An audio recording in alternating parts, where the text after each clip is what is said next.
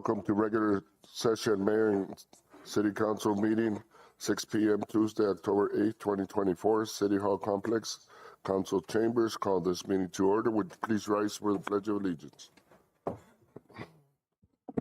Mr. Doyle, would you do us the honor? I pledge allegiance to the flag of the United States of America and to the republic for which it stands, one nation, under God, indivisible, with liberty and justice for all. Thank you. Latino call to the public? Okay. Ladies and gentlemen, we have a executive session. Move to go into executive session for personal matters and legal advice, discussion, and directions regarding city manager recruitment. All in favor? Aye. All opposed? Motion passes. We'll go to executive session, please.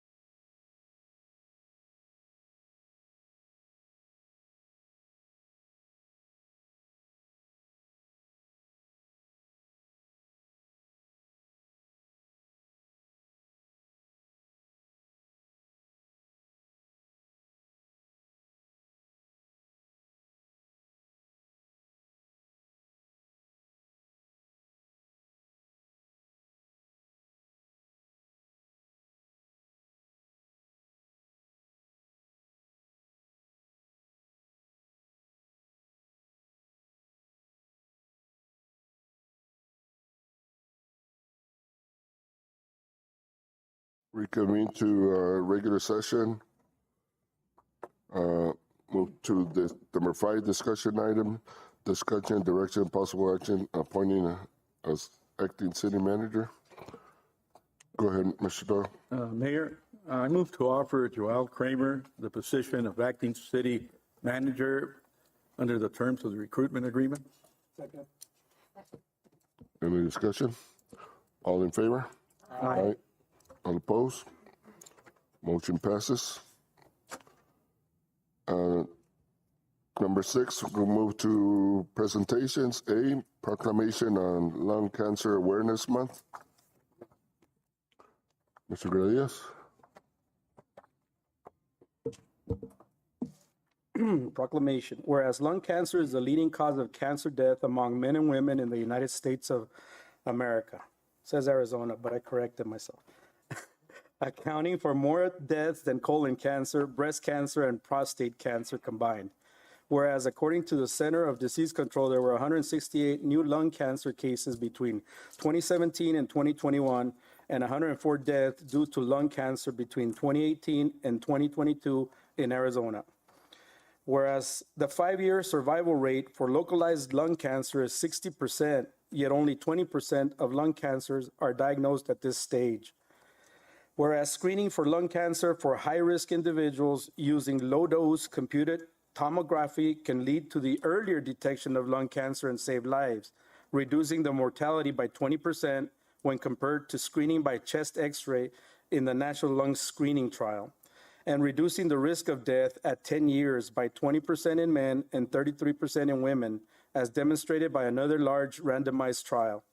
Whereas funding for lung cancer research trials far behind funding for research of many other cancers, and additional research is needed in early diagnosis, screening, and treatment for lung cancer, as well as in lung cancer affecting women and lung cancer health disparities. Whereas lung cancer incidences is decreasing twice as fast in men as it is in women. Each year, more women die from lung cancer than breast cancer, and by 2035, more women will die from lung cancer than men. Whereas African Americans have the highest lung cancer incidence and mortality of all races, and disparities in lung cancer screening, diagnosis, treatment, and mortality are well characterized among African Americans and other racial minorities. Whereas lung cancer in individuals who never smoked is the 7th leading cause of cancer-related death, and accounts for 17,000 to 26,000 deaths in the U.S. every year. 60 to 70% of individuals diagnosed with lung cancer who never smoked are women, and the proportion of lung cancers diagnosed in people who never smoked is increasing in the U.S., whereas radon is the leading cause of lung cancer among individuals who never smoked and the 2nd leading cause of lung cancer overall. Whereas the stigma surrounding lung cancer creates barriers to early diagnosis, treatment, and funding for research, has detrimentally impact on the quality of life of people diagnosed with lung cancer, and hinders awareness of and research into lung cancer risk factors other than smoking. Whereas lung cancer research is leading to breakthroughs and in identification of genetic alterations associated with lung cancer and in the development of lung cancer treatments, including immunotherapies and targeted therapies. Whereas organizations working in Arizona, such as the American Lung Cancer Screening Initiative and Women's Lung Cancer Forum, are committed to educating about lung cancer and lung cancer screening and working to increase lung cancer screening rates in Arizona. Therefore, I, George Maldonado, Mayor of the City of Nogales, Arizona, hereby proclaim November 2024 as Lung Cancer Awareness Month in Nogales, Arizona, and recognize the need for research in lung cancer affecting women and lung cancer health disparities, and encourage all citizens to learn about lung cancer and early detection through lung cancer screening. Thank you, sir. Hay nadie de aquí? Okay. And I'll send it over to them. Next, we have Proclamation Disability Employment Awareness Month. Mr. Bonillas. Thank you, Mayor.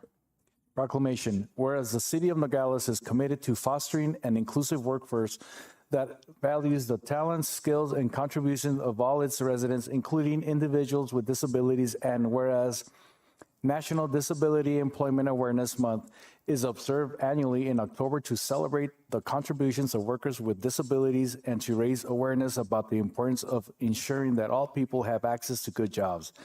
And whereas the theme for this year's National Disability Employment Awareness Month, Access to Good Jobs for All, highlights the crucial need to address barriers that prevent individuals with disabilities from fully participating in the workforce, ensuring that every person can achieve economic independence and personal fulfillment through meaningful employment. And whereas individuals with disabilities bring unique perspectives, innovative ideas, and diverse talents to the workplace, contributing significantly to the success and competitiveness of Arizona's businesses and economy. And whereas Arizona prospers when integrated workforce includes people with and without disabilities working side by side, earning competitive wages and benefits. And whereas by promoting access to good jobs for all, the city of Nogales reaffirms its commitment to the principles of equality, equity, inclusion, and opportunity, ensuring that every Arizonan has the right to thrive and succeed, reaffirming Arizona's commitment to be an employment-first state for the disability community. Now, therefore, I, George Maldonado, Mayor of the City of Nogales, Arizona, do hereby proclaim October 24 as Disability Employment Awareness Month. Thank you.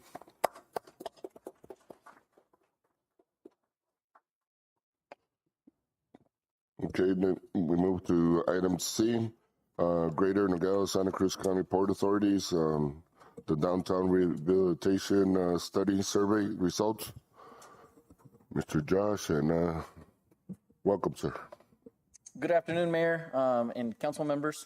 My name is Josh Rubin. I'm the chairman of the Greater Nogales Santa Cruz County Port Authority. And what we want to do is give you a presentation on the survey results of the survey we did to assist EPA in their downtown revitalization program that they're doing. I'd like to request Luis Ramirez to come up and give that presentation. And we're here for any answers that you have as well. Thank you. Welcome, Mr. Ramirez. Mayor, members of council, good evening. My name is Luis Ramirez, advisor to the Greater Nogales Santa Cruz County Port Authority. To set a little bit of context, as many of you know, the General Services Administration is currently conducting a feasibility study for the modernization of the Consini Port of Entry. Project that probably going to take another 5-7 years or more before we see it, construction and happening. That period of time actually gives us the opportunity to prepare for what that modernized port will do to our community and how we can leverage that investment that is coming. Back of the envelope numbers, this is a project that probably be broken up into phases and it'll probably cost in excess of $500 million. And by some estimates, it could be well over $1 billion when it's all said and done. It's a monster of a project, generational impact. So the General Services Administration provided some funds to the EPA, the Environmental Protection Agency. I don't know what happened. I think we just lost the presentation. No, there it is. To conduct a downtown revitalization study. Now, this revitalization study is designed to look at everything outside the fence of the federal compound downtown.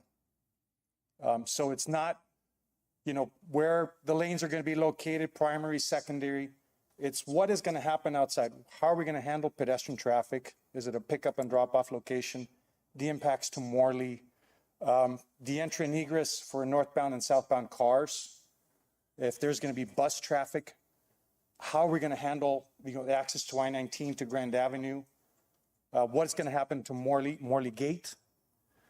So what we did is, as part of the revitalization study, one of the things we wanted to make sure was that the community, broad definition community, had the opportunity to participate and provide input into this downtown revitalization study.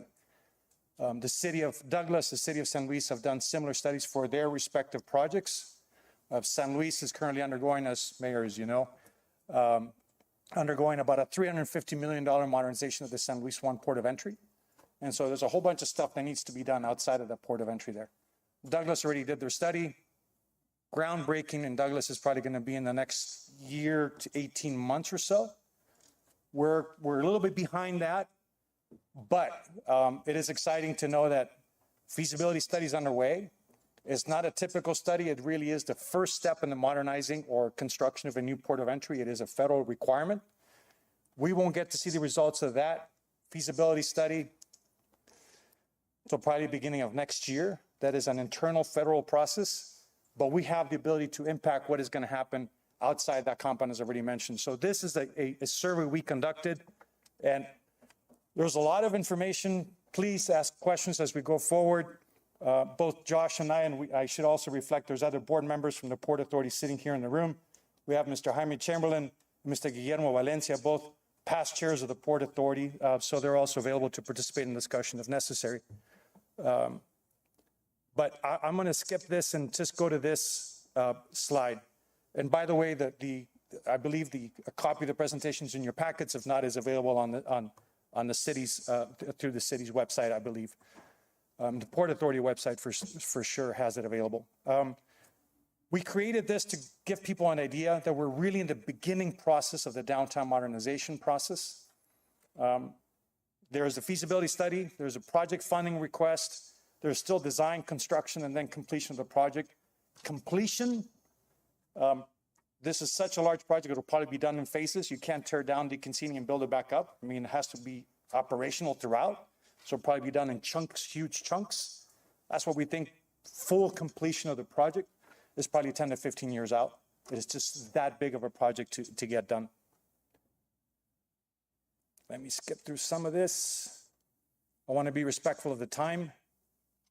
I just talked about this. The Port Authority has been tasked to help out in the outreach process for the EPA and their consulting team. So in order to do that, we created a survey that was done electronically. I want to make sure that I thank everyone that helped us, and we probably could add a couple more to this list of entities, people who helped us get the word out on this survey. We were very happy to see, of course, the city of Nogales is listed on there. But we were very excited to see that 456 people responded to the survey. It's not only the number, but when we looked at the time that it took for people to respond to the survey, it was in excess of 25 minutes. The average person spent 25 minutes responding to the survey. We just interpret that as saying people want to participate in a dialogue. They have a lot to say, and as you will see, they did have a lot to say. And again, I don't want to spend all the time on how we distributed it out, but it was done on both sides of the border. We did reach out to the Nogales International. The Nogales International published a newsletter, an editorial from the chairman. They actually did a mass email blast. 15,000 people received the email. They also did a pop-up ad every time you went to the Nogales International website. For 3 days, it would pop up and guide you to the survey. So, I mean, we did as much as we could. And I think 456 responses, 25 minutes on average. It's a lot of time people took to do the survey. So I want to there's so much information here that I'm going to try to walk through it pretty quickly, but we wanted to show you who are the people who responded. And it really was across the board. Let me catch up on my pages here. Everything from, I don't know if you can read it, 56 people from education, all the way to mining, construction, literally almost every sector you can think of in the community participated in this survey. So we like the fact that it was very broad and a lot of participation. Employment status, you can see literally across the board, employed, retired, self-employed, students, full-time, homemakers. We really had all types of responses in this. And if anybody's interested in reading all the responses, some were very creative, some were not so very nice. We can share that with you if you'd like to see it. Where did people, of those who responded, where did they live? 92% live in the Ambos Nogales region, and we also had responses from Tucson, And the other, there was actually even people in Hermosillo who responded to the survey. But Rio Rico, Nogales, Sonora, Nogales, Arizona, and Santa Cruz County was the vast majority of the respondents to the survey.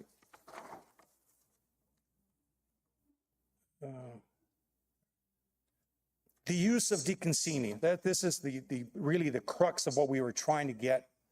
What is your experience? 56% of the respondents indicated they're either daily or weekly crossers. There were people who cross monthly, special occasions, and there was even a few that say never. We were trying to get into more detail as to why never. But you know, it's really the responses were, the vast majority were actual users of the port itself. And it could be both Deconcini and Mariposa, and when it was Deconcini, also Morley Gate. Has your frequency of crossing the border changed over the past 5 years? We had to go to 5 years because of the pandemic. You know, we lost about 18 months of actual crossings. But the vast majority of people have said that, yes, they've changed their border crossing habits. Number one reason, I'm sure you don't even have to look to guess what the response was, wait times. Combinations that are up, the wait times, long lines, but the wait times really became the number one issue, why people were modifying their ability to cross. And it's not only the wait time, but is the unpredictability. One day it could be 30 minutes, another day it could be an hour and a half. So the uncertainty also impacts the ability for people to cross the border. If you cross at Deconcini, which mode? And you'll see why this becomes an important question. Most people do personal vehicles and pedestrians. Very few people do bicycle and rideshare. And I think that you may start seeing trends changing in the future. And again, we just have to be prepared for that. If pedestrians, which crossing do you typically use, Deconcini or Morley? Vast majority of people continue to use Deconcini. If both crossings, which one do you use the most? Deconcini. But the chart over on the right, I think is perhaps one of the most relevant. If you are a pedestrian and you cross Deconcini or Morley, do you stay as a pedestrian? Do you get picked up or dropped off? That has an impact because if you're a pedestrian and you stay pedestrian, you continue walking or you go to a parking lot and get your car. But if you're a pedestrian, you're getting picked up, we have to be worried about where they're going to get picked up. Is there a dedicated location? Is it a bus? Is it a cab? Uber, Lyft, the ride-sharing functions that are emerging everywhere. Family picking you up. We need to have a dedicated facility. By the way, that dedicated facility for pickup and drop-off is outside the fence of the federal compound. That's the kind of planning we need to be doing.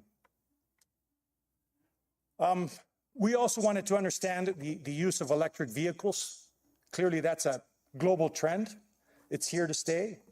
So far, you see 95% of the people responded are continuing to use internal combustion engines, gas cars. Very few use of hybrid, and only, I think it was 2 people or 3 people that responded they were using electric cars. That gives us the opportunity to plan for something like that. We already know, and Mayor has done a phenomenal job of promoting and advocating for this, but we need to make charging stations more available because that is a trend that is coming. And not only for those who reside here, but for visitors or tourists that are afraid of driving down from Tucson or Phoenix and not being able to charge a fast charger to make it back on the round trip. For those of you here, none of this will be a surprise to you. Which time of the day do you cross? And we'll also get into how long. Typically northbound, we were actually surprised. What time do you typically cross northbound? We saw the numbers at 3 p.m. to 10 p.m. was the largest number. Southbound, it was midday to late in the evening. And some of these responses surprised us a bit. How long do you estimate that it took you to cross? Again, no surprise. The longest wait time was northbound traffic in excess of an hour. Southbound, the vast majority of the people indicated it was typically less than 30 minutes. And again, these are important numbers for planning purposes. Do you use a Sentry and Sentry Global Entry? 45% are participants in Sentry. and a 14% plan to register. What surprised me the most was the no's. People who don't plan to register are 41%. And as you will see in another slide, we think there's a tremendous opportunity. Sentry, so far from what we've been able to confirm with Customs, approximately 20% of the crossers on Nogales are Sentry or enrolled in Sentry and Global Entry. San Luis is closer to 40%, actually higher than 40% in San Luis. Lines could get long, but they're processed faster. So you can go to San Luis Sentry, very long line, but it moves very quickly. So, we want to share this, and we did share this information with the consultants and with GSA, is to say, listen, the planning has to be not for how many Sentry lanes I have at primary, but how many access lanes I have on the Mexican side. Because right now it's very, very complicated with a single lane for accessing Sentry. In the last 60 days, this is where we think there is an opportunity to plan.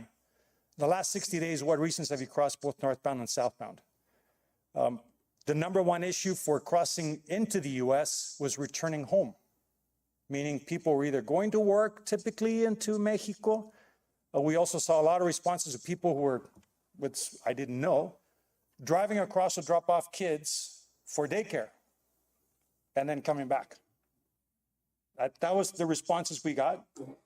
But, going into Mexico, the responses were all over the board.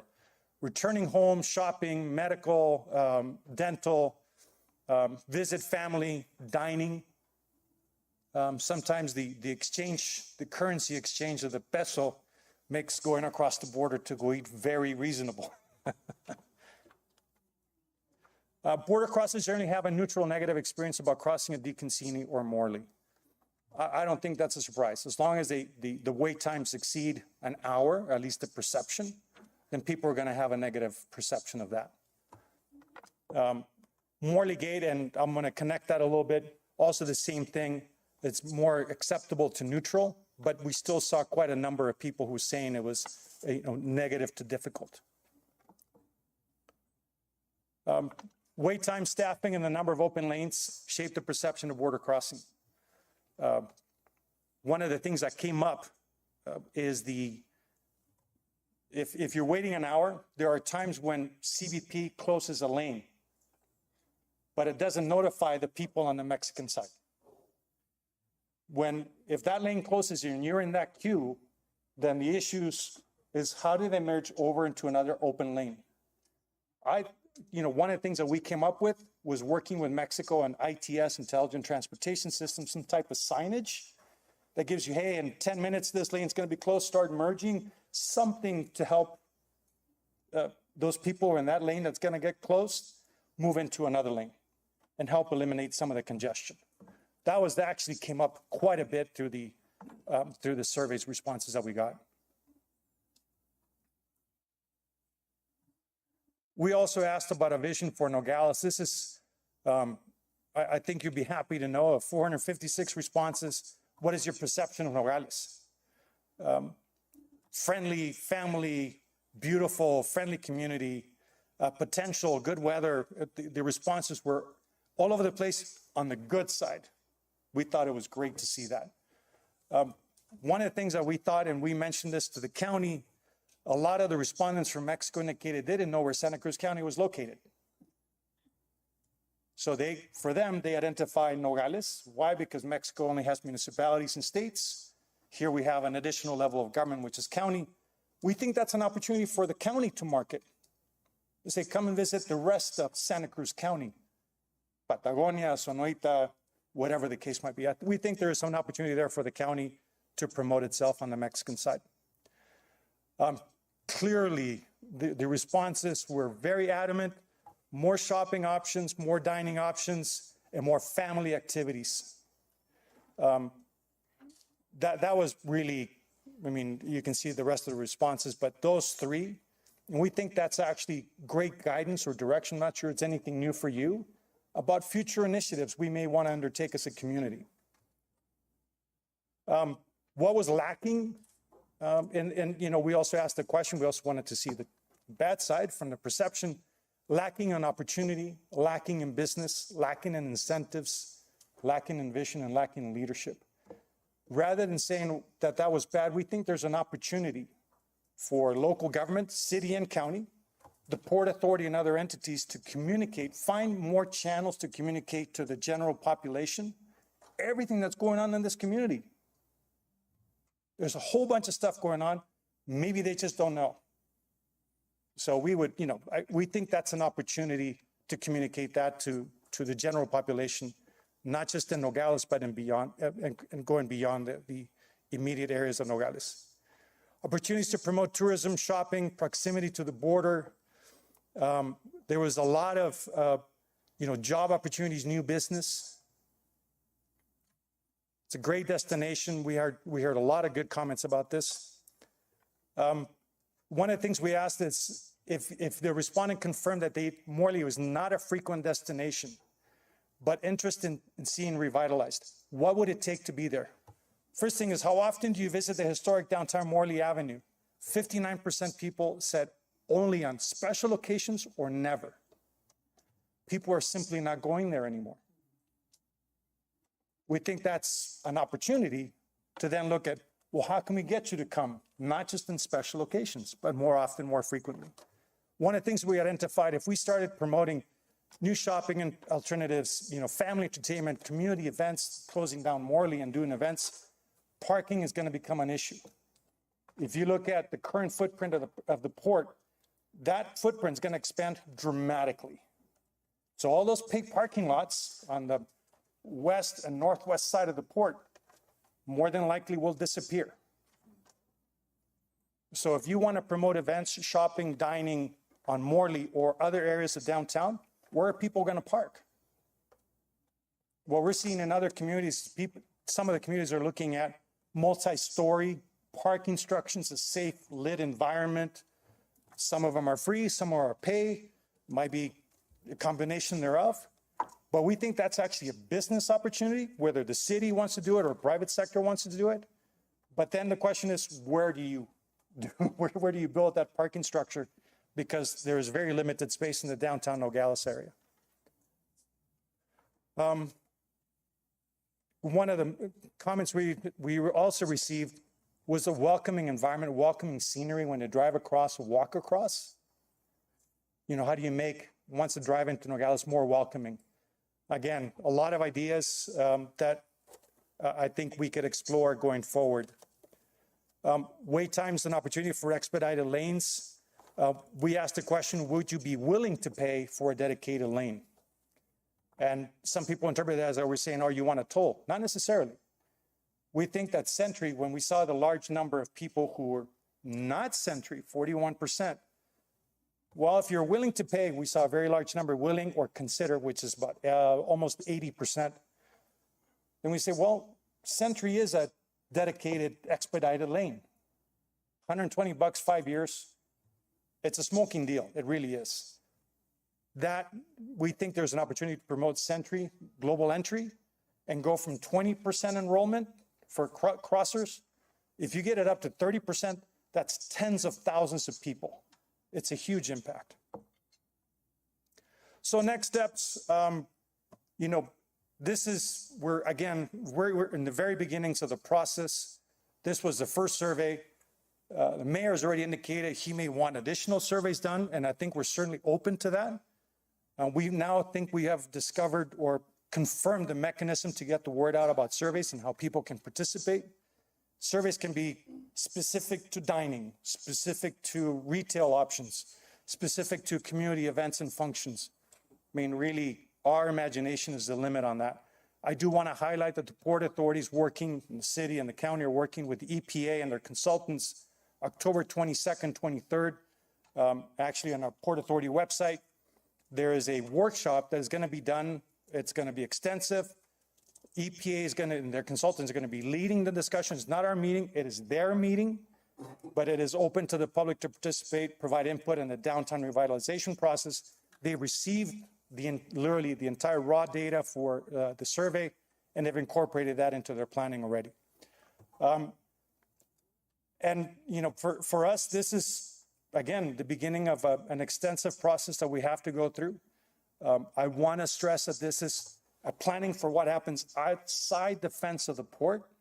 This is a tremendous opportunity for us to look at tourism, business, investment, diversification. So with that, I'd like to invite Josh Rubin again up here as a chairman. And, we're happy to answer any questions, thoughts, ideas you might have. And there's a lot more information we could share with you, but we try to be as respectful of your time on today's agenda.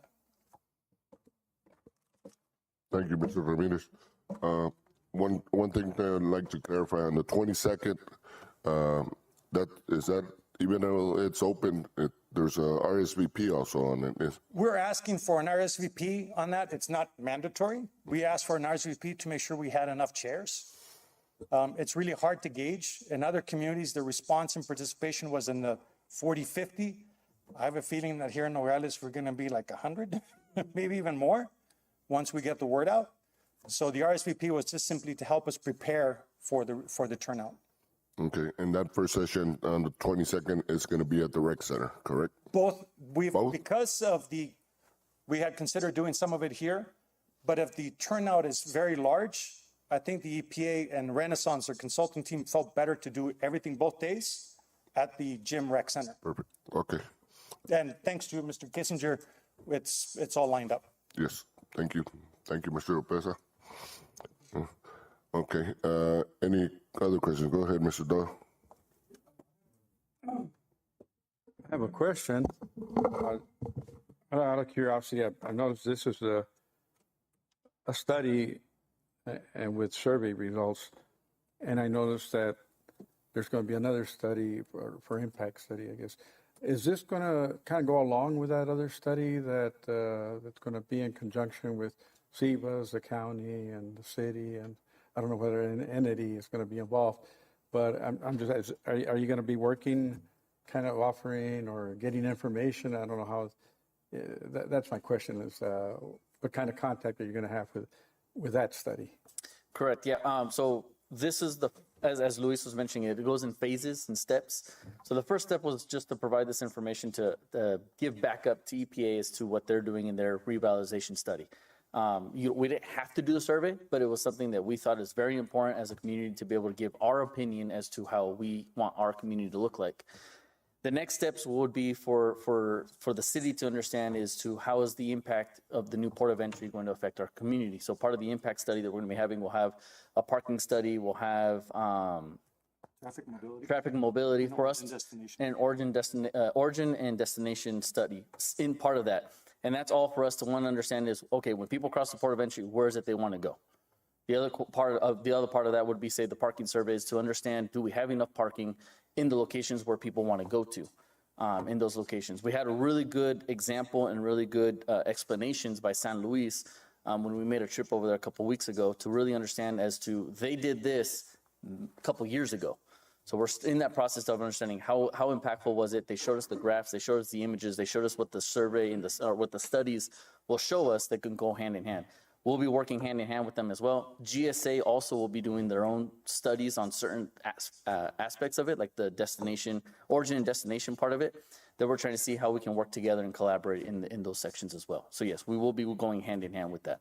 Great, thank you. It's nice to know, and it's very informative at this stage. So I guess we can look forward to having a lot more information in the future. And Absolutely. Thank you. Yes, sir. Mr. Bordias? I'm seeing, all the possibilities that you guys have prepared, but have you discussed the issues with the students that are coming in from Mexico? Are we going to be doing any special arrangements for these students while everything is under construction, or because there's going to be delays? So is that going to be part of your impact study also? So I think that the first step is to understand the impact of what the port of entry is going to look like. Right now, everything we know is speculation as to what we're anticipating what the size could be. So once GSA comes out towards the end of the year and says, and we won't see it till next year, they'll really see what the impact will be. From there, it will be either guiding people to go try using Morley instead or trying to find other courses of action. I know one of the things I'm personally looking at is how is it that we can incorporate a Century Mariposa, being that Deacon Cini is going to be under construction. It's going to impact it. They will keep the port of entry open at all times. It's going to be continued the same way we're operating now. It will be impacted through construction, but that port of entry will remain open 24/7. So part of what we're trying to figure out is the intermodals, locations for pickup, drop-offs, all that kind of stuff will be part of our analysis before the actual first rock is actually moved or the first shovel is actually dug. All those answers should be answered. Yes, sir. Can I add something to Yes, that? please do. And actually, the first table of slides, first table on the slides showed who were the respondents to the survey. If I remember correctly, 54% of the respondents were in the education sector. So with students and teachers on both sides of the border that participated, a lot of great comments. One of the things that I also want to stress, the port during construction must remain with the same level of throughput capacity during the entire construction phase. So right now we have, we don't necessarily use all 8 lanes. 8 lanes during the construction phase, 8 lanes must be available. That's why the project's gonna end up being done in phases, because you can't just shut it for a year and a half while you rebuild it. So we will, and actually, as we saw in San Luis, there are phases where they're gonna put up facilities that will be torn down in ensuing phases, which is why the project becomes so expensive. And not only are we looking at the infrastructure, but one of the things we're looking at is working with customs on the process. That's why we're saying we need more sentry lanes. That's both pedestrian and vehicular. So that students or whoever the daily crossers are, can do it faster, more predictably. Go ahead, Mr. Gradius. I just wanted to mention that I personally took part in that survey and I found it very interesting and very helpful. And I was hoping there'd be a lot more participation, but the numbers are good. But I want to encourage my colleagues and everybody else to attend the upcoming sessions, because the more information we have going forward is going to be great for us. Can we record that? We want to put it up on our website. The only concern I have with the port of entry and the sentry is, yeah, they have on the pedestrian sentry, they have a line you cut across everybody. But once you go in the facility, there's no designated sentry lane. So that's it. That's my pet peeve with that. Again, those are all issues we're absolutely looking at. And I want to say thank you for that. We agree. Everybody from Nogales that wants to have an opinion expressed should go to that meeting to express their opinions as to what they want to see their future of Nogales look like in regards to the revitalization study. So. And I have to give kudos to Nogales. The surveys in San Luis and Douglas, I don't want to put them down. But 60 respondents, 80 respondents, 450 respondents here. It was we were, and Josh will correct me if I'm wrong, we said if we get 200 responses, we'll be doing great. 456, we thought it was phenomenal in just over 3 weeks that we put the survey available online. So we were very happy with the responses. Mr. Ramirez, you mentioned that some of those parking lots will be eliminated on the west side. How is that going to impact the I-19? Is partner with the GSA? Are you going to reroute the I-19? Well, I'm not sure about rerouting I-19. My speculation of 30 plus years of working on ports of entry. Nogales is very unique. In San Luis, it's flat, there's space, it's very, city blocks are square. Nogales no es así. Nogales is up and down, left and right, got a railroad, got a wash, got a the IOI underneath, all the issues that you know. If you also look at Di Concini, if you look at Terrace and the little roundabout, Terrace is about 10 feet difference in elevation from southbound and northbound lanes. Where do you build the new southbound lanes? Where do you build the new primary? GSA has already informed us, Mayor, you've been part of this discussion. GSA has already informed us. The primary lanes that you currently see, a foot into the US, minimum of 300 feet from the border, we will be primary. And add an additional 150 feet for secondary. So what you see today, move it back 450 feet. The second thing is If you move it 450 feet north on Grand Avenue, that's at the bank building. So how we think about how you enter and exit cars at the port of entry, I don't know what it's going to look like. But I believe that this is going to be a monster port. We're probably looking in excess of 15 lanes, but fully dedicated pedestrian facilities, northbound and southbound. One of the things we've already communicated to GSA, I'm sure all of us have crossed on foot. Right now, you cross at DeConcini, it's a few hundred feet, and you're getting picked up either the roundabout and terrace or on the Mexican side. If I'm going to have DeConcini modernized and secondaries 450 feet, where's pedestrian going to be? Where are they going to pick me up? Where are they going to drop me off? Now you're talking a couple hundred yards, 300 yards. What we said to GSA is, if you're going to have that kind of an impact on pedestrian at DeConcini, you better prepare for a huge increase at Morley pedestrian traffic. I know if I have to walk 200 yards at DeConcini or 30 feet at Morley, I know where I'm going. I'm going to go to Morley.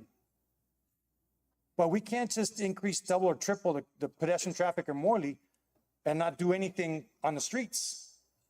Pick up and drop off has to be a safe environment for the pedestrian and also for the officers. So we're suggesting to GSA, yeah, you're modernizing DeConcini, but you have to look at the system that is Morley and DeConcini. I think, Pretty much, go Vice ahead. Mayor, everything's on the table. yeah, and Our assumption is from the railroad tracks going west is not going to look like what we know of today. That's all we can say. Maybe McDonald's is still there, maybe Burger King is still there, but there's a chance that that might not be there either. We don't know. We just know it's going to be that big. We have no we idea. don't- We don't want to scare McDonald's or Burger King. No. We don't know. We just know it's going to but be I think if they would consider doing the 24-hour sentry, I think it would increase the one against sentry.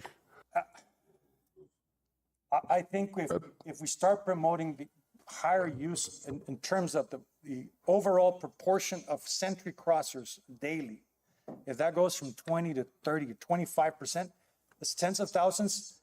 Customs is not going to have an option but to extend the hours. A lot of people don't, I normally cross and I don't have it, but I don't cross because I know I ain't going to cross before 10 o'clock during the week. Normally I cross afterwards, Exactly, sir. so, but it's closed at 10. During the week it closes at 10. I think they should do some type of a study, keeping it open 24 hours, see how much it increases. San Luis Sentry is 24 hours. I know. We're one of the few ones that doesn't have it 24 hours. Correct. Anything else? Gentlemen, thank you very much. This is, Yeah, just out of close out, I want to say thank you to the city for all the assistance and all the help, especially in this last year of relationship that we've had and we're going to continue going. I know one of the items on today's agenda is also the vote for the Port Authority and the funds to continue forward. Expect more of this and expect to continue on of our projects going forward with the continuation of relationship. And again, thank you to all the council members and the mayor for all the assistance. Thank you. thank you. Thank you, Luis. Next, we go to item number 7, financial monthly report.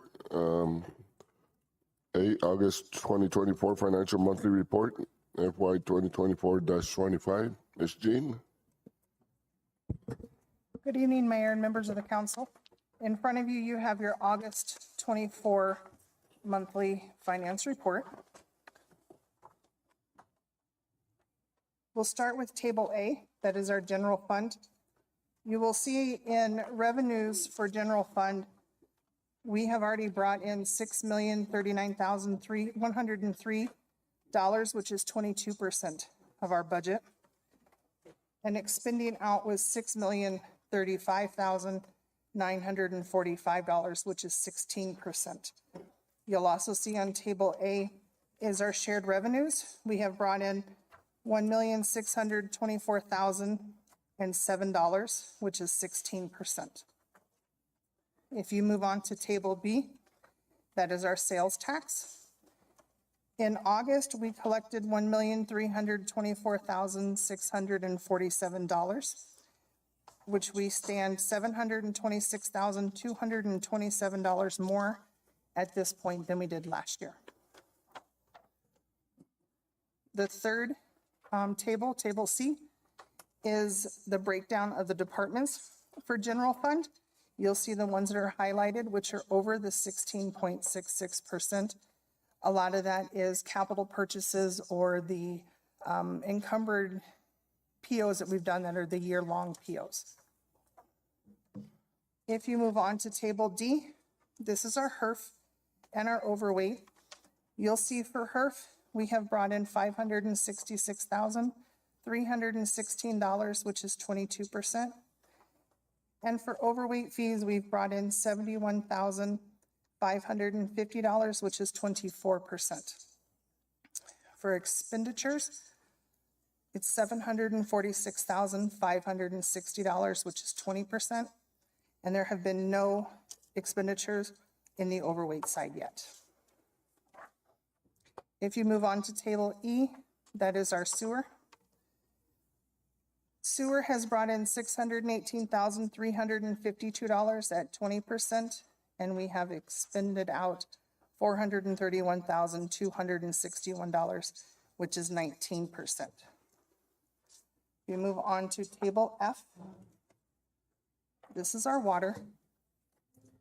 Water has brought in $704,352, which is 20%. And we have expended out $1,134,626, which is 24%. The final table in front of you is Table G. That is our sanitation. We have brought in $495,743, which is 18%, and expended out $444,525, which is 11%. Are there any questions on any of the charts? Anybody have a question? Oh. Okay, and then the Go ahead. final little bit is the business licenses. As of September, we had 2,917 active business licenses. We had no canceled or suspended licenses during September. We increased 15 new licenses, and we have 47 that are still in the process awaiting inspections.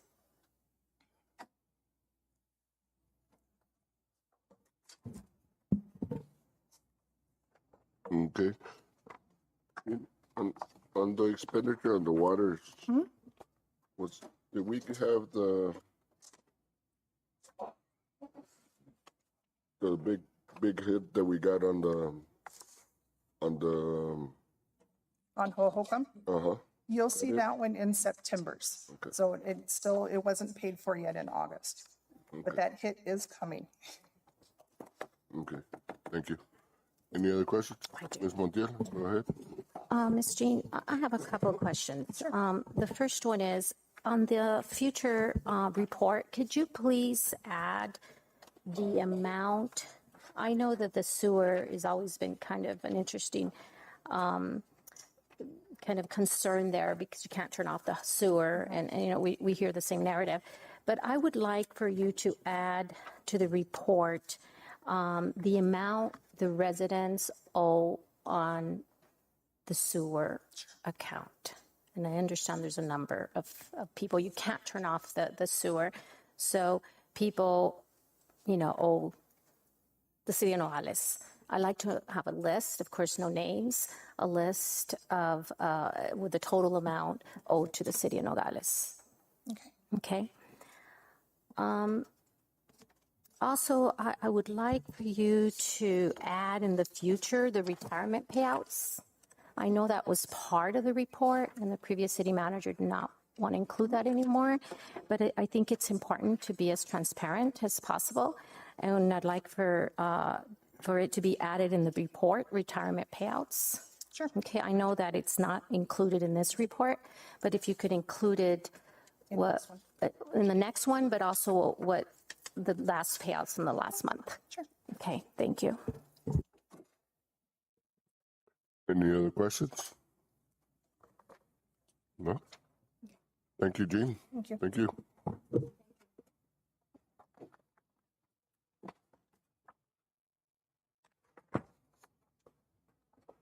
And we're up.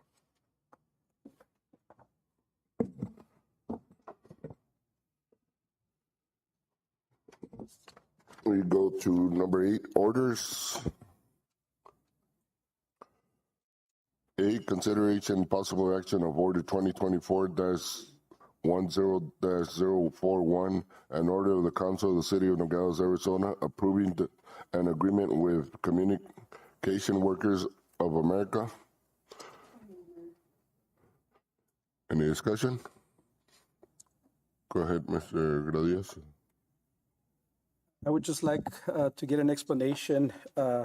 It was given to me, but for transparency purposes, why we're renewing early, because I think we got a year before the other one lapses. So I received an explanation, and I just want to share that with the public. So if Mr. Kissinger or somebody else could come up and just let us know why we're renewing the contract early and any changes.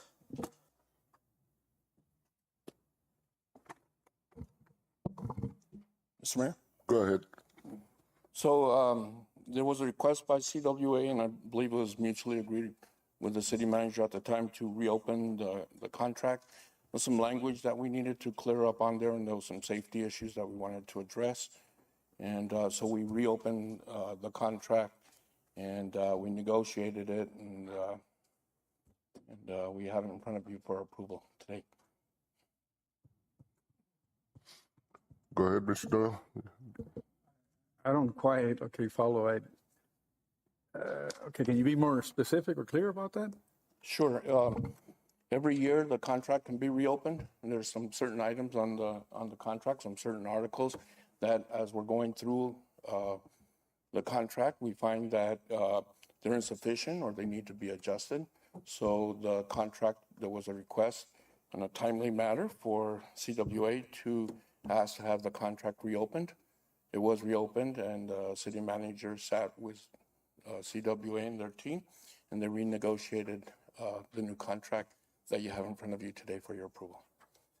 So on this renegotiation, can you kind of clarify, were there a lot of changes or specific changes that we should know about? I mean, that we didn't pick up on? Sure. There was a few changes, Mr. Doyle. I know one was on the boot allowance. There was some difficulties with the boot allowance that we addressed and took care of for safety reasons. There was a shift differential that was brought up for the dispatchers that was addressed and taken care of. And I believe most of the rest of it, Mr. Doyle, was just clarifying language, like on the tuition reimbursement and some of the other procedural type articles in there that we made sure that were consistent with either the law or with what's in the personnel manual. Okay. So But those are the only highlights that I can think of. Did I miss any, Linda? No, Joe, did I miss any of those highlights? The other one was the wage study. We were concerned about that. Uh-huh. So we agreed that we would work with the city manager. City management for the wage study? So everybody was kind of pretty content with the, Very happy, Mr. Doyle. okay, all right, thank you. Thank you. Yes. If there are, these changes are going to have any monetary impact on our budget, is there any things we need to do with the budget, or do they fall within what was budgeted? And the second question is for legal, if they had a chance to review it and if their recommendation is to go ahead and approve it.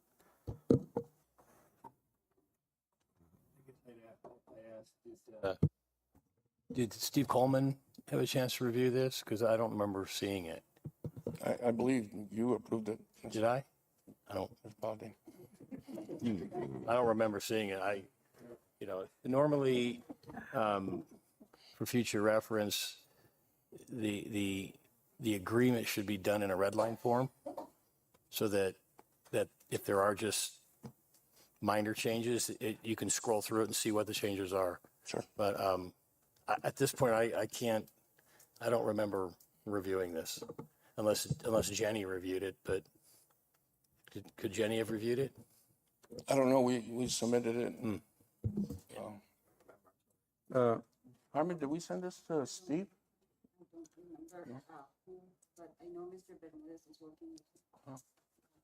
I have a Hold on.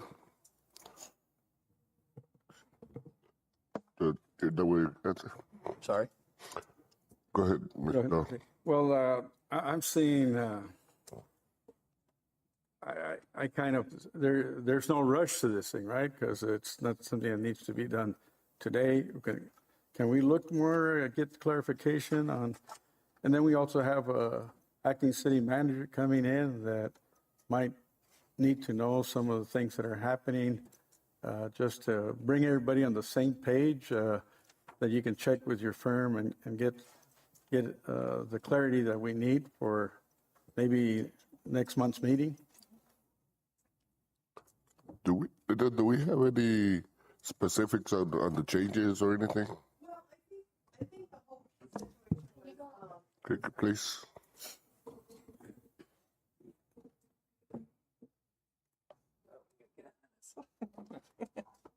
We started this in February and we did our opener letter like the contract says.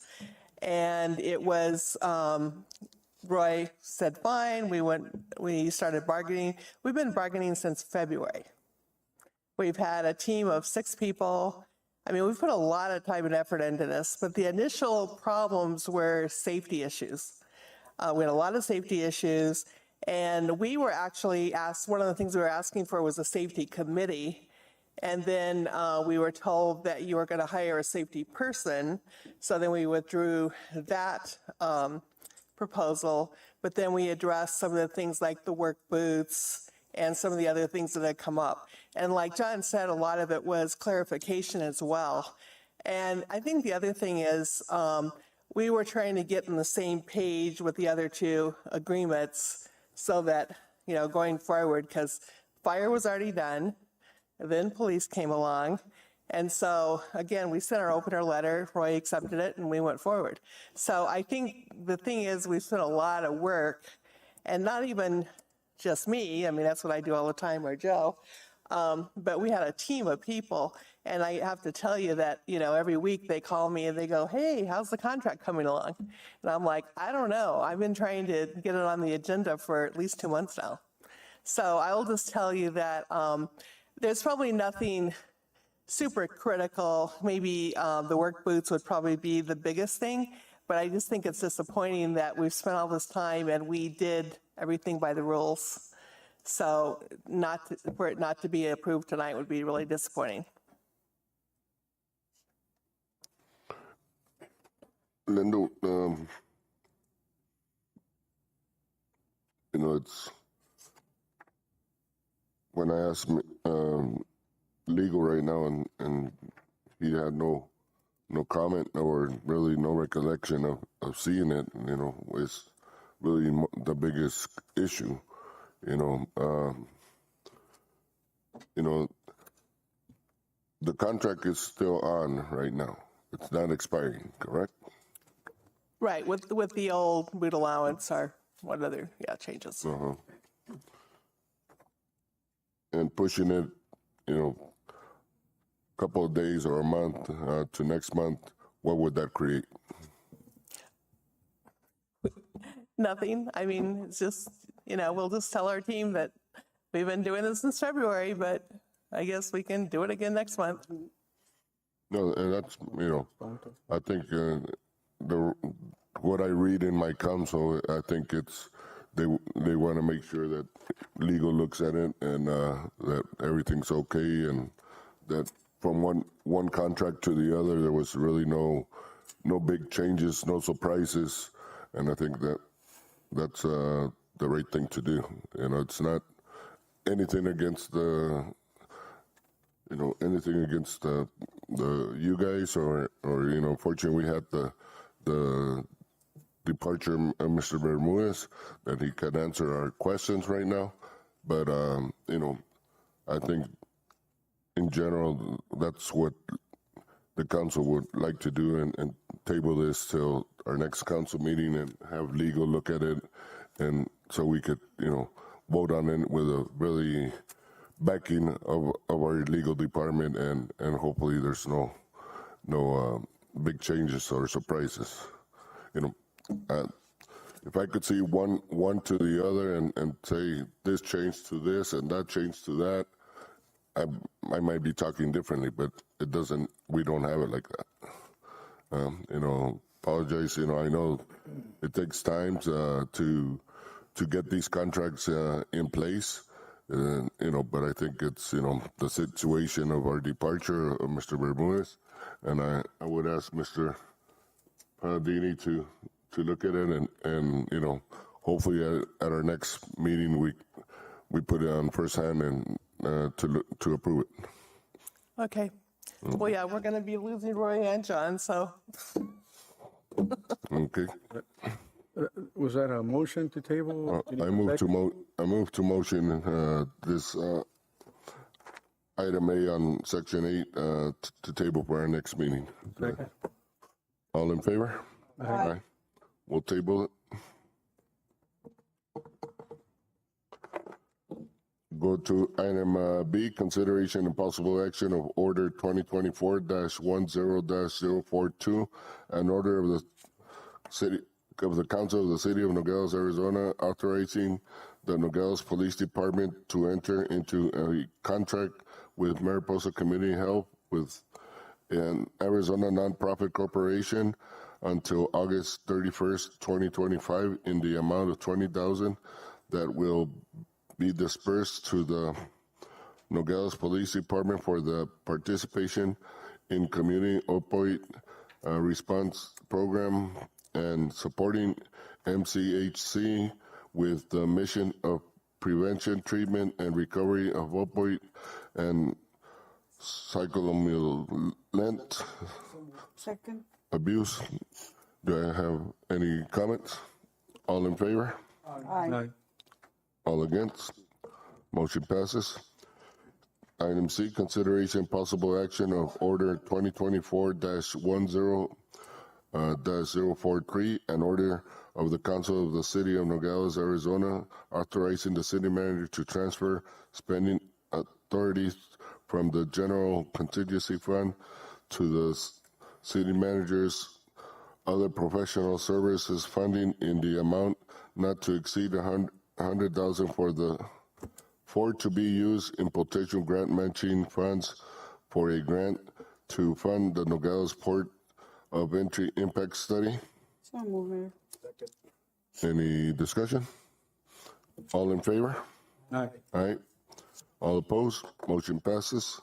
D, a consideration possible action of order 2024-10-044, an order of the Council of the City of Nogales, Arizona, approving a sub-grantee agreement with the U.S. Department of Justice and Bureau of Justice Assistance for a body-worn camera grant in the amount of $67,395 with 10, with matching funds of $67,395 to purchase body-worn cameras, equipment, and a subscription service package in order to implement a new body-worn camera program.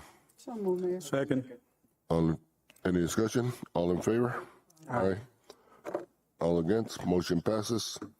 E, consideration and possible action of order 2024-10-045, an order of the Council of the City of Nogales approving a highway safety contract with the Arizona Governor's Office of Highway Safety for the reimbursement of the amount of $8,254 for the purchase of a child safety seat. Any discussion? All in favor? Aye. All opposed? Motion passes.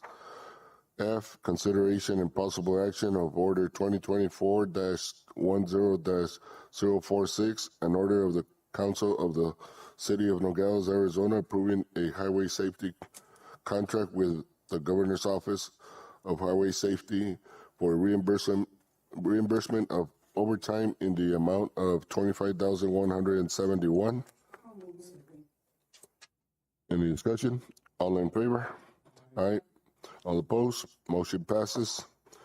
G, consideration and possible action of Order 2024-10-047, an order of the Council of the City of Nogales, Arizona, approving a highway safety contract with the Arizona Governor's Office of Highway Safety for the reimbursement of overtime and equipment for DUI impaired driving enforcement in the amount of $23,714.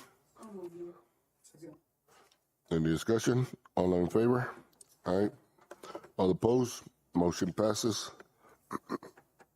H, consideration and possible action of Order 2024-10-048, an order of the Council of the City of Nogales, Arizona, ratifying the city manager approval for a emergency payment to Innova Engineering for emergency water repairs in the amount of $118,729 with 81, and authorizing the transfer of spending authority funds from the general fund reserve to the water department.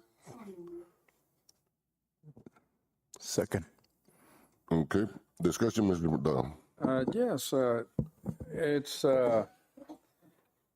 I'm just wondering, I keep seeing that name, Innova. It seems like the city always runs towards them. Is there do they have a special place with the city that even when there's bids out, they always get them 90% of the time? But why wasn't it done in-house? The city has all the equipment and everything to have done that job.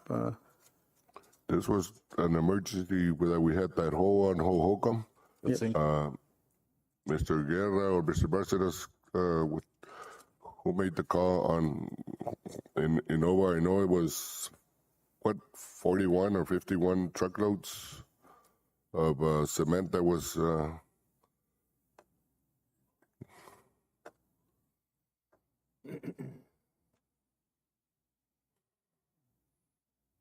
Mayor. Go ahead, Mr. Barcenas. Council.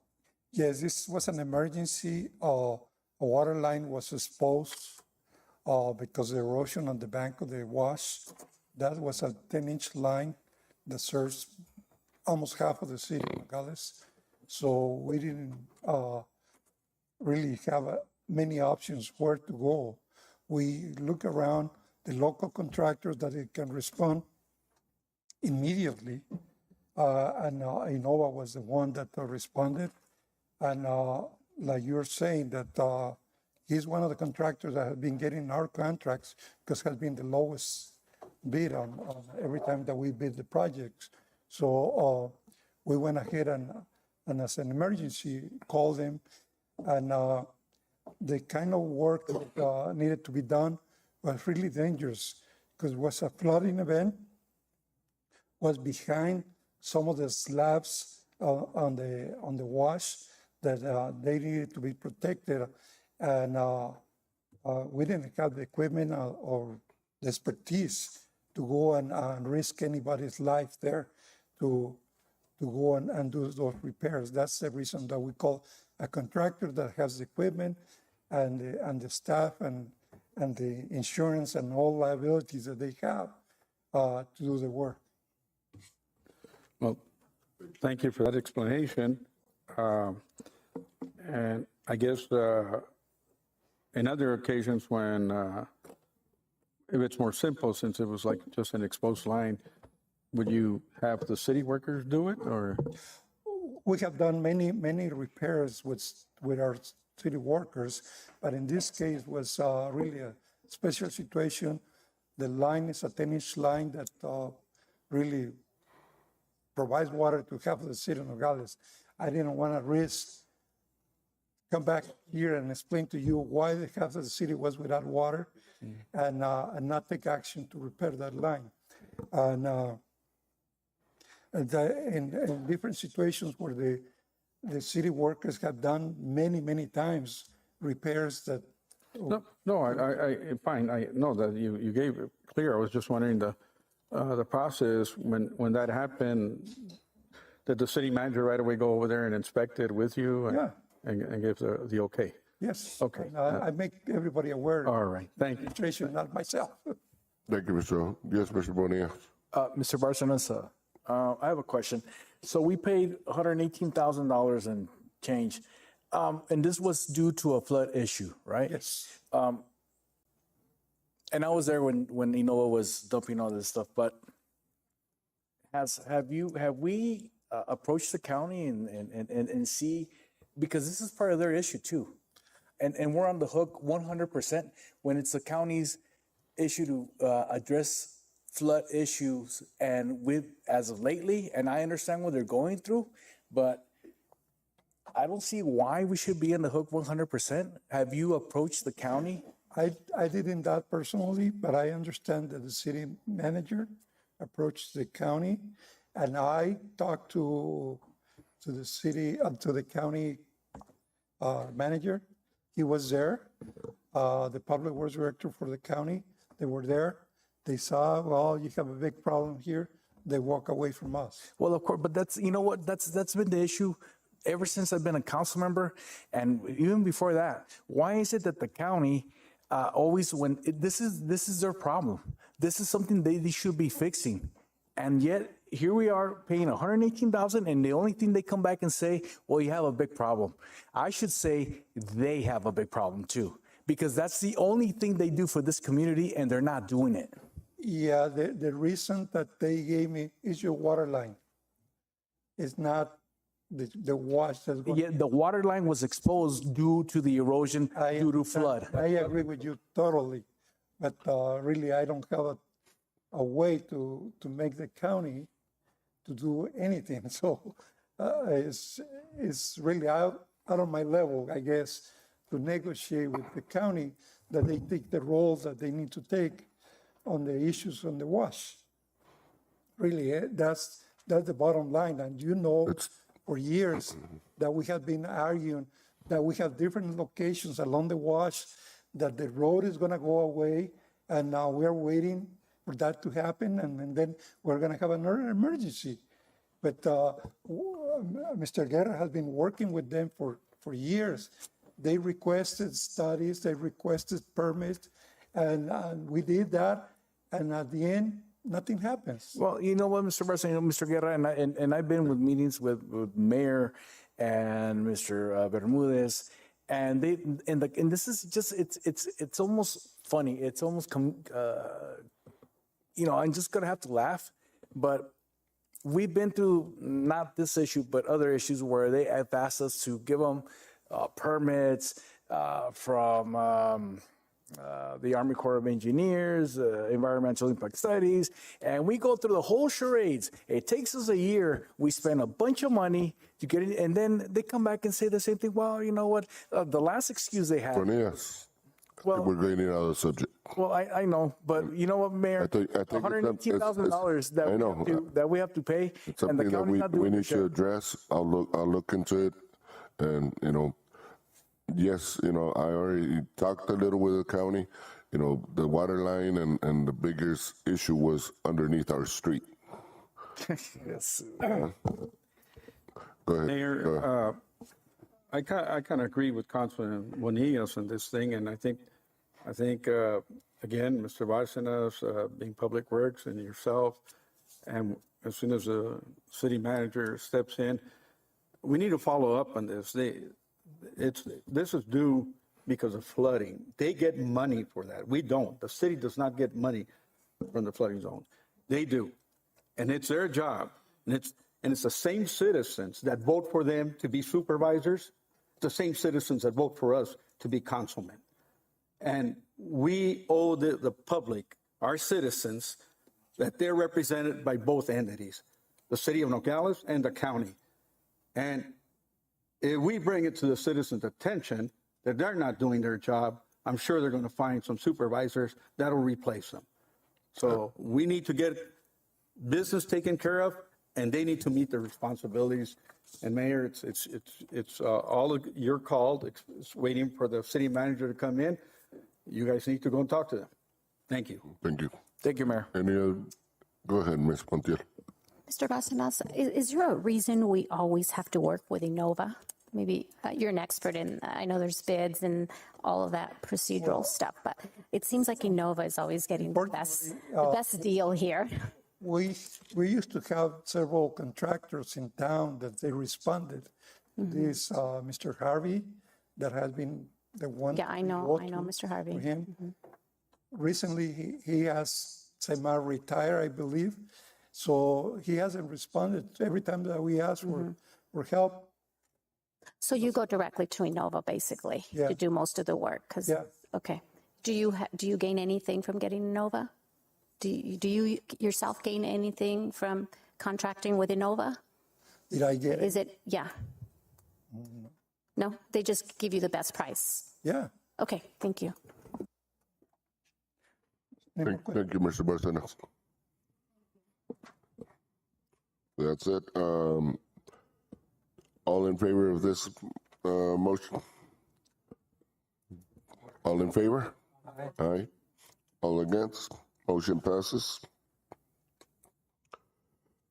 Item I, consideration possible action of order 2024-10-049, an order of the City Council of the City of Nogales, Arizona, authorizing the purchase of a 2025 Peterbilt Model 567 dump truck from Co-op Sourcewell, contract number 032824-PMC for the total amount of $279,749.83.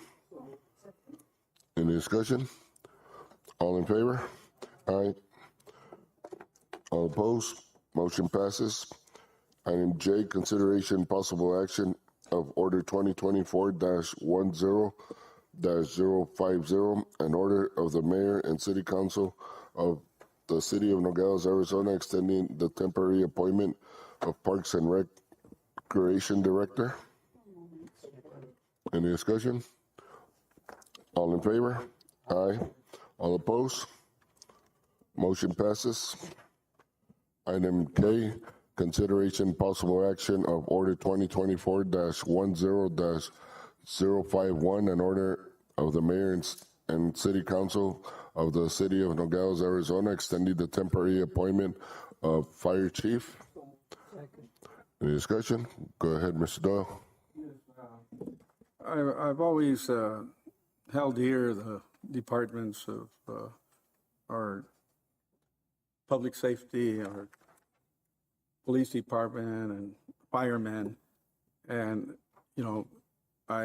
what I would like to see here is that if I need to make a motion for the temporary appointment of the fire chief for another 30 days while we get in place our acting city manager to check with the department. I want to make sure the morale stays up. Some of them are not happy because the one we have present has a relative under him. Government agencies where I've worked never allow the head of a department to be over a relative or an employee. And I remember that we covered this with the nepotism things that we did, and I think we're going to have to revisit that back in 2016. But this thing that the head of the department has a relative does discourage some of the employees and brings down the morale. So I'd like to make a motion that we extend it for 30 days until it can be addressed by the acting city manager that's coming in, so that the department can see that we're being fair about it. So I make a motion for that extension for 30 days instead. I think because you didn't put a time limit on these. Right, I think, but there's already a motion in a second to extend this until the permanent fire chief is appointed. So that motion's on the table. So if that motion fails, then you can make a different motion. Okay. There's already a motion. Okay. As proposed in the. So it's the time limit is again? There is no time limit. I'm sorry. There is no time limit under the motion. A time limit is until a permanent fire chief is appointed. That's the motion on the table. To extend the acting until a permanent fire chief is appointed. Now, as I understand, was there a freeze on promoting employees until we get the new city manager in place, or? No, there was no freeze, but there is the appointing or the applications is in process for both Parks and Rec and Fire Chief. Okay, so I'm just going to ask, what would happen if we decided not to extend this? Then you'd be without a Fire Chief. Pardon? You'll be without a Fire Chief, Mr. Doyle. So no, what I'm saying, what happens if the council decided not to approve this extension? Then at the 121-day mark of this current temporary appointment, you would not have a fire chief in place. So where we are in that mark right now? I don't know. How many days are left before Do you know, Carmen? the original extension terminates or expires? Okay, You're like a week. a week. A week from Friday. Okay, so then if this would just carry it till we get a new, in other words, doesn't go month to month or 6 months, or It's next Monday. get a new city manager that would look into the matter. Yes, Mr. Doyle. Yeah, the motion is until the new fire chief is appointed. Okay, I just wanted clarity on that. Thank you. Go ahead, Mr. Grayes. Have these positions already closed as far as application period? No. Oh, okay. I just want to go on record and thank Mr. Oropesa and Mr. Urias for the fine job they're doing. I think they're doing a great job, and I don't see no reason why we shouldn't continue with the progress we've made. If the new city manager comes in, decides there's a viable candidate, it won't be 6 months, it'll be 30 days or less. So I think we just go with the process. Thank you. Thank you. Go ahead, Mr. Bonillas. I concur with Councilman Gradius. I think Mr. Urias and Mr. Lopez are doing an excellent job holding down the fort. Thank you. Go ahead, Ms. Montiel.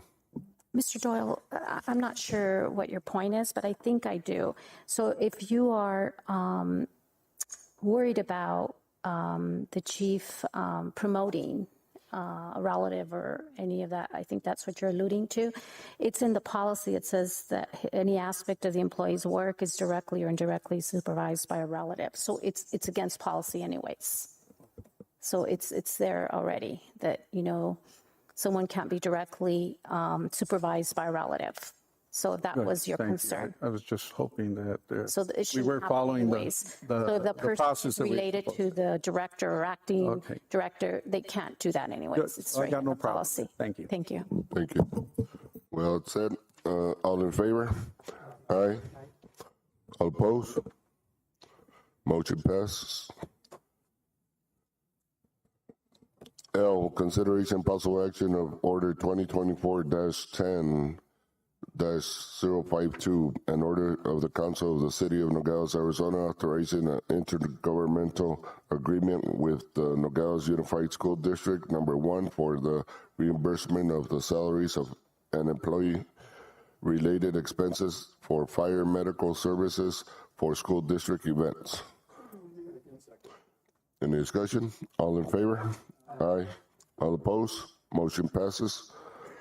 M, consideration possible action of the order 2024-10-053, an order of the Council of the City of Nogales, Arizona, approving an intergovernmental agreement, IGA, with the Nogales Unified School District Number 1 related to the use of facilities, parks. Any discussion? All in favor? Aye. All opposed? Motion passes. And consideration and possible action of Order 2024-10-054, an order of the Council of the City of Nogales, Arizona, approving an intergovernmental agreement with the Arizona State University and its Center for Violence and Prevention and Community Safety related to sharing of data and enact programs that reduce violent and overdose death can be prevented. Any discussion? All in favor? Aye. All opposed? Motion passes. O, consideration and possible action of the order 2024-10-055, an order of the Council of the City of Nogales, Arizona, Nogales approving a professional service agreement with the Nogales Santa Cruz County Chamber of Commerce. Any discussion? Go ahead. Mayor, I just want to say that I know Mrs. Ainsa is here today. I want to also thank, on behalf of the council and myself, I have been reading your reports. As you know, I'm one to read. And I know that you send them periodically. They're very well detailed, and I really appreciate because I get to also share those reports with some of the business people. And so there's a lot of collaboration and talking to the business people who really, are a major stakeholder here in Nogales. So I share those reports with them because they don't get sometimes a chance to see them. So thank you. Thank you. Go ahead, Ms. Menendez. You're talking about getting a report. I never got a report, no report at all. Who gave you the report? Actually, that's a good question because I think it should be included. And the only reason I have it is because I asked Mr. Bermudez for it. So he should have shared it with everybody. Yeah, he should. But I asked for it. But maybe we could include it. Well, we're supposed to have it. Yeah, you're right. Something we should include. Miss, and let me mention one thing, Miss. Let's make sure we got your correct email because I know I've emailed you once a couple of times. Remember, I've always mentioned to everyone that I don't use the city email. I use my personal email. Okay, so Johnny, let's make sure that Ms. Ainsa has Ms. Melendez's correct email that she uses. That way she gets the report. All right, thank you. Go ahead, Vice Mayor. Yes, I also agree with Councilwoman Montiel. Ms. Insa, Olivia Insa is always contacting us regarding different programs in the community. She's always involving us in the events that she brings to the county and to the city. And I think she's doing an excellent job, and I want to thank her for that. Thank you. Go ahead, Mr. Doyle. Yes, I want to thank the chamber and the president for all the invitations that they do send. I get them on emails, and again, I want to thank that they keep me on the loop. And of course, I hear good comments, and thank you for the good job and work you're doing. Mr. Bonilla? Just for the record, so those reports, can they be sent to us directly, or is sent first to the city manager and then we have to ask for them, or how does this work exactly? I think it goes to all mayor and council. Can Olivia? No, I usually just follow the chain of command. So they go to... The manager and the mayor. That's why. So I just follow the chain of command and give those work instructions that were given to me. So I can... Yes, sir. Right. I know I've got them, I see them, so if the chain of command, I'm not sure why yours wouldn't be in it, but let us check tomorrow and see what's going on, Ms. Melendez. I think it'll be a good idea to get all of us to get a report. If we don't know, we can't fix it. Thank you for letting us know. Okay. Thank you. With that said, all in favor? Aye. All opposed? Motion passes. P, consideration possible action of Order 2024-10-055, 056, an order of the Council of the City of Nogales approving agreement with Greater Nogales Santa Cruz County Port Authorities. Any discussion? Again, I've never received a report from them. So I don't know I know they're doing, but I don't have a report from them. Okay. I don't think none of us have it. So you see? I asked for it. Good, well. So again, please. Yes, something we'll look into tomorrow. Yes. Go ahead, So we Mr. will be getting reports then from the Office of the City Manager. Okay, thank you. You want to make a comment, Mr. Josh? The only comment I'm gonna make is, if the council's not getting the reports, we can ensure that we get the reports. We do come and also give a report on a quarterly basis to the. Yeah. Okay, thank you. We'll make sure we line it up. Thank you. With that said, all in favor? Aye. All opposed? Motion passes. Number 9, ordinance. Consideration possible action of ordinance 2024-10-003. Second reading of ordinance number 2024-09-002, and ordinance of the Mayor and Council of the City of Nogales, Arizona, prohibiting compression release engine braking within city limits in an effort to protect the health, welfare, and safety of the public. Any discussion? All in favor? Aye. All opposed? Motion passes. Thank you. We move to item 10, Mayor and Council report. Mr. Bonillas, want to start it off? Nothing to report, Mayor. Thank you. Mr. Doyle? Yes, Mayor. I just want to mention a couple of the events that there's probably a few more, but the ones that come to mind that I enjoyed very much were the Fiestas Patrias that were held at Nogales High School.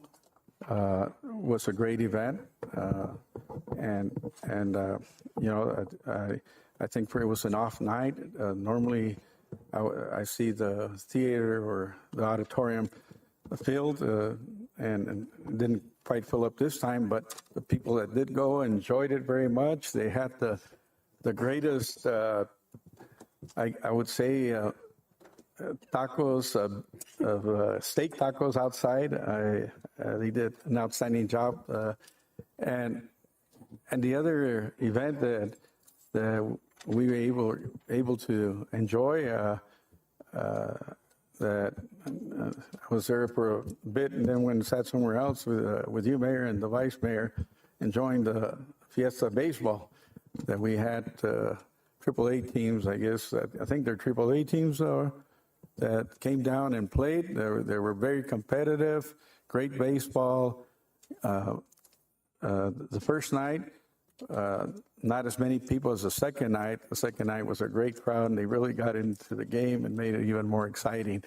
But the games itself were very exciting. So thank you for bringing those type of events and supporting them, and having and giving us the opportunity to join you in that support. Thank you, Mayor. Thank you. Ms. Melendez? Yeah, we're having the dance October 12th at Palo Duro, and that's for the Imeretas. And then we are having the next event that would be October the 26th, the Dia de Muertos event at Cotton Park. And then we're going to start with the Casitas Navideñas for November. So if you know of any organization that is willing to participate with the Casitas Navideñas, just give me a call. That's all. Ms. Menendez, October 12th, the dance is the ups. That's the ups and. Yes. Okay, just want to make sure. Hopefully, ya tengo. Go ahead, Mr. Reyes. If I'm not mistaken, I believe this is Mr. Kissinger's last meeting, so I would like to take my time to publicly thank him for over 40 years of service to our community. And it's been an honor to work with you at the PD and my current stint here at the city. Thank you for all you've done for our city, and wish you nothing but success in your future endeavors. Thank you.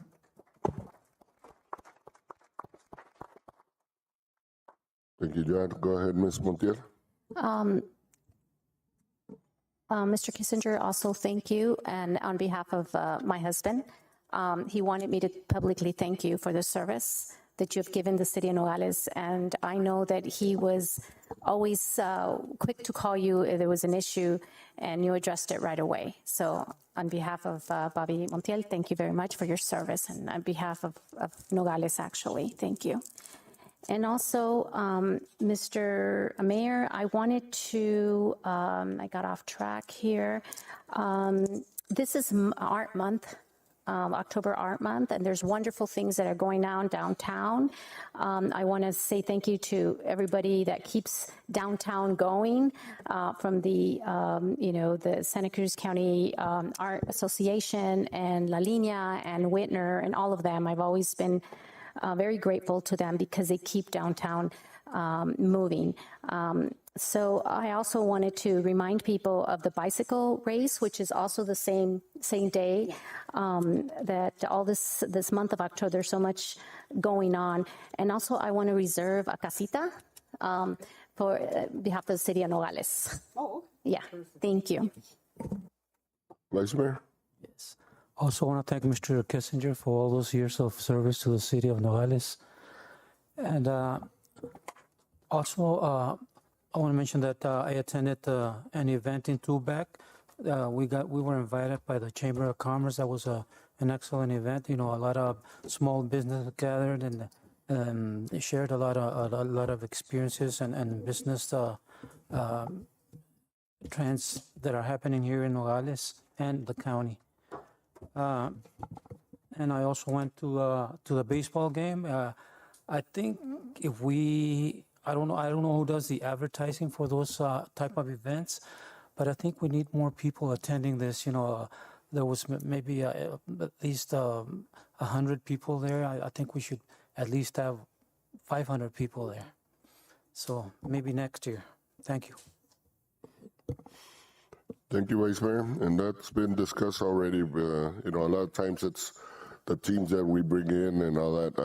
Me and Mr. Lopez already talked about, trying to do it with more time frame and trying to get, the popular teams for us here in Nogales is obviously Hermosillo, Obregón, maybe Culiacán.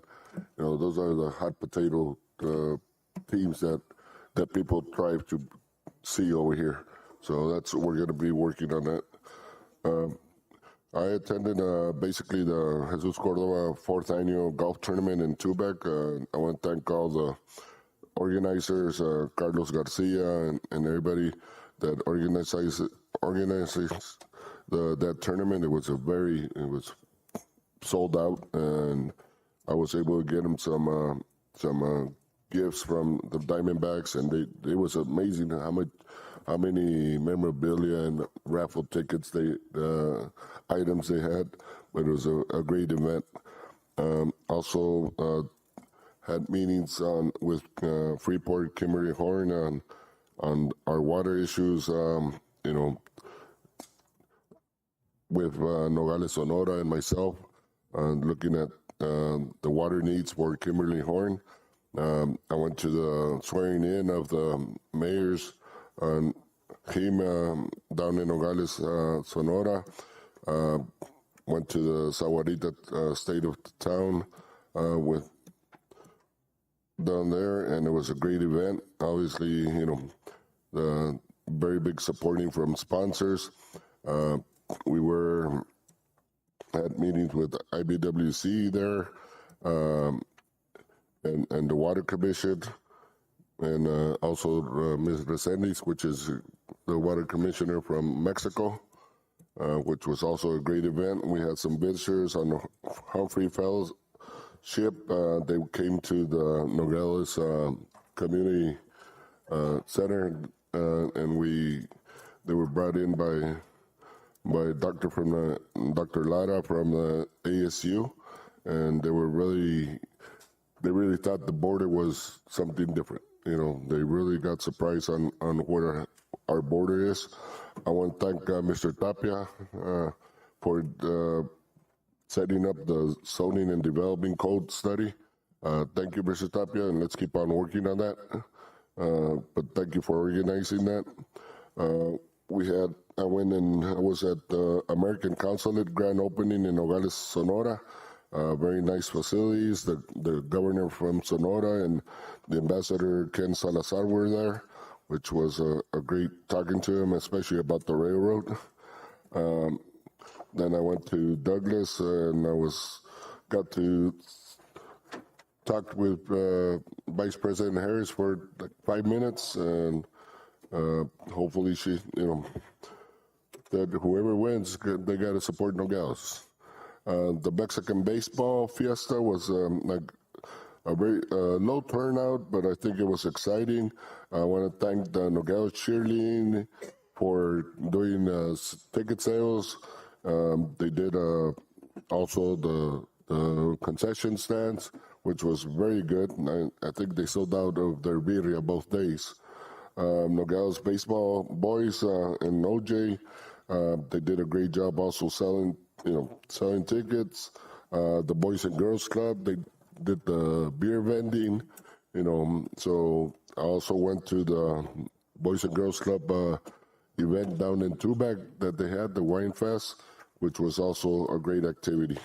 So remember, put in your calendars the 22nd and the 23rd. 22nd is at 5:30 at the Rec Center, and the 23rd is from 9 to 4.